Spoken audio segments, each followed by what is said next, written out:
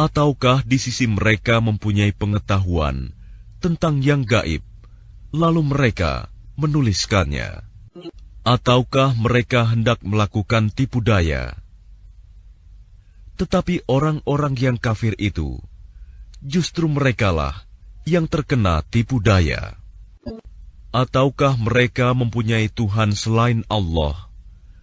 Maha suci Allah dari apa yang mereka persekutukan. Dan jika mereka melihat gumpalan-gumpalan awan berjatuhan dari langit, mereka berkata, "Itu adalah awan yang bertumpuk-tumpuk." Maka biarkanlah mereka hingga mereka menemui hari yang dijanjikan kepada mereka. Pada hari itu, mereka dibinasakan, yaitu pada hari ketika tipu daya mereka tidak berguna sedikit pun bagi mereka, dan mereka tidak akan diberi pertolongan. Dan sesungguhnya bagi orang-orang yang zalim, masih ada azab selain itu, tetapi kebanyakan mereka tidak mengetahui. Dan bersabarlah Muhammad, menunggu ketetapan Tuhanmu, karena sesungguhnya engkau berada dalam pengawasan kami. Dan bertasbihlah dengan memuji Tuhanmu ketika engkau bangun. Dan pada sebagian malam, bertasbihlah kepadanya. Dan juga pada waktu terbenamnya bintang-bintang pada waktu fajar. Dengan nama Allah yang Maha Pengasih, Maha Penyayang.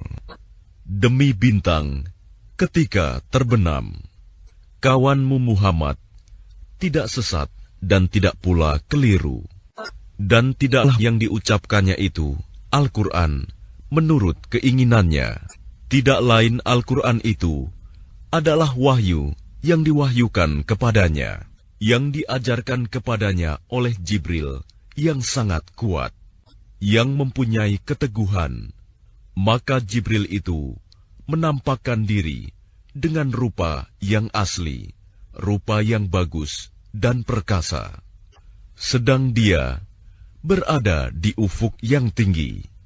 Kemudian dia mendekat pada Muhammad, lalu bertambah dekat, sehingga jaraknya sekitar 2 busur panah atau lebih dekat lagi. Lalu disampaikannya wahyu kepada hambanya, Muhammad, apa yang telah diwahyukan Allah.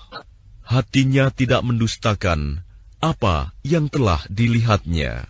Maka apakah kamu musyrikin Mekah hendak membantahnya tentang apa yang dilihatnya itu? Dan sungguh, dia Muhammad telah melihatnya dalam rupanya yang asli pada waktu yang lain, yaitu di Sidratil Muntaha.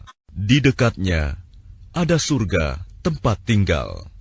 Muhammad melihat Jibril ketika Sidratil Muntaha diliputi oleh sesuatu yang meliputinya.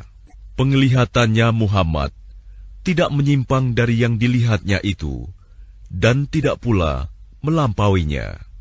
Sungguh, dia telah melihat sebagian tanda-tanda kebesaran Tuhannya yang paling besar.